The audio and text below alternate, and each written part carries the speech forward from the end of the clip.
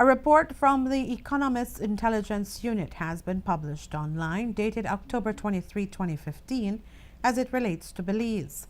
The Economist Intelligence Unit, or EIU, is based in the United Kingdom since 1946 and is said to be an independent business within the Economist Group that provides forecast and advisory services through in-depth research and analysis via monthly country reports, 5-year economic forecasts, as well as industry reports. That report references several areas in Belize, including a forecast and overview on the country's imports, exports, its exchange rates, as well as fiscal policy and policy indicators. It is a 23-page document that will take some analysis. But for now, two sections that are timely in Belize are the document's forecast for the elections and the economy. According to the report, the Barrow administration may just have its three-peat victory.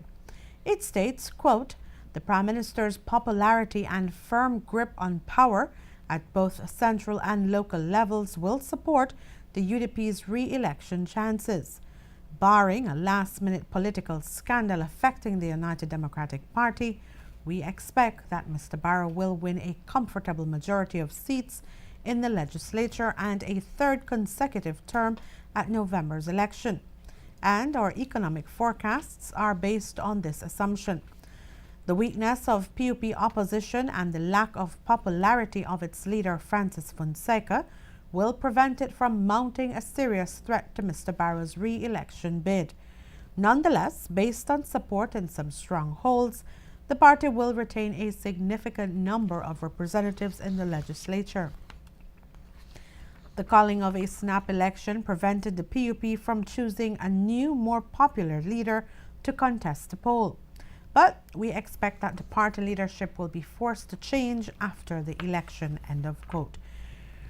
As it pertains to the Belize-Guatemala issue and other external relations, the document states, quote, "Belize's relations with Guatemala, long tainted by a border dispute, will remain delicate despite confidence-building measures implemented under the auspices of the Organization of American States, OAS.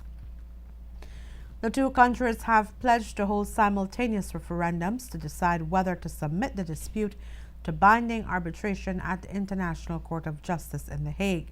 However, political will to push for a conclusion of the matter remains weak on both sides. The government will continue to favor close relations with Venezuela as long as benefits from preferential financing of fuel supplies under the Petrocaribe initiative remain intact. However, Venezuela's fiscal difficulties and lower oil prices will erode the value of this aid.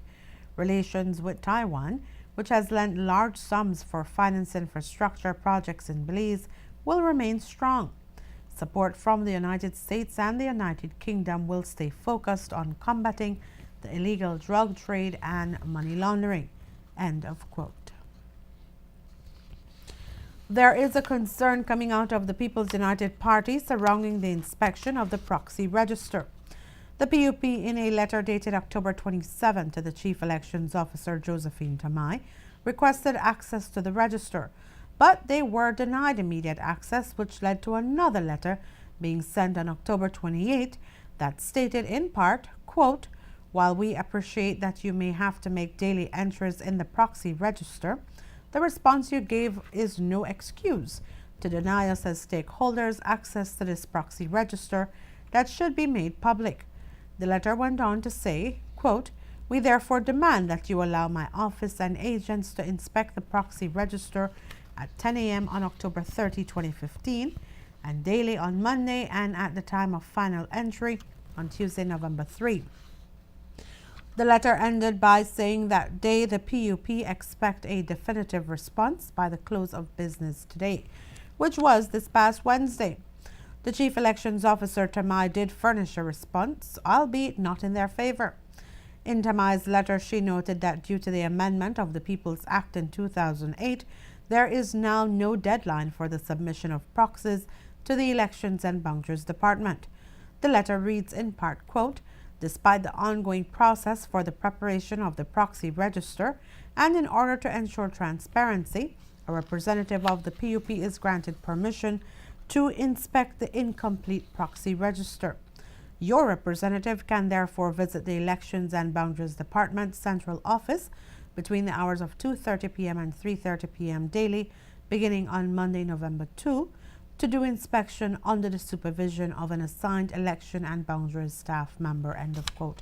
According to Tamai, the proxy register will not be finalized until final checks are made after the last proxy form is entered in the proxy register.